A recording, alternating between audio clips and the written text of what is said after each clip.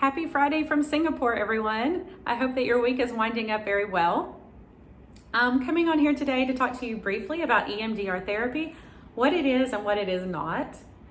I find that when clients come to my practice, they've often heard of EMDR, but they're not very sure what it does or how it works. So today we're going to talk briefly about that. And then at the end of the video, if you stick around, you'll learn about an offer that I am extending to clients for a package of 5 EMDR sessions. All right, so let's start with what EMDR is. EMDR stands for Eye Movement Desensitization Reprocessing. It was eventually developed by Dr. Francine Shapiro in the United States about 30 years ago.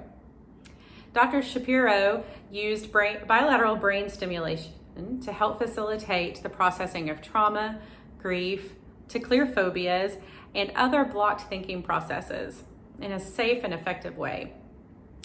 Bilateral brain stimulation is really just a fancy term for something that happens in our everyday lives. When we go on a walk, when we swim, bicycling, all of these very normal, safe, healthy behaviors provide bilateral stimulation to our brain when alternating sides of our body are activated. So Dr. Shapiro used eye movements originally to facilitate bilateral stimulation in the therapy room.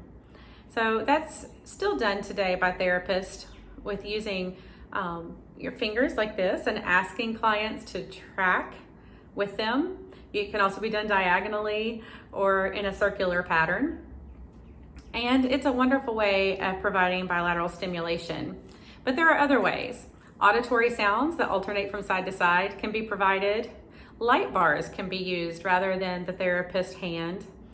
And we even have tactile stimulation provided through paddles that provide sensory input on alternating sides of the body for clients. So however a therapist provides bilateral stimulation, the idea is that it provides a sense of grounding and organization to clients who are experiencing emotional distress or dysregulation. EMDR is backed by research proving its effectiveness over 30 years, and it's safe for almost every person. But it is important that you seek professional guidance and someone who is trained in the use of EMDR therapy. So EMDR is not hypnosis.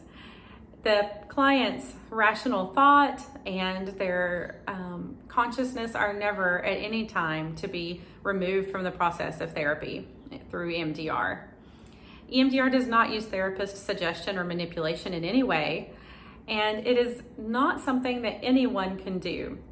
The bilateral stimulation is something that we all benefit from just in everyday life. But EMDR therapy is more than that. It just uses that as part of the therapeutic process. So you need to seek out a trained therapist who has used EMDR, and then to find one that you think that you will work well with, because the relationship with your therapist is still very important. Okay, so I hope that explains a little bit more about EMDR.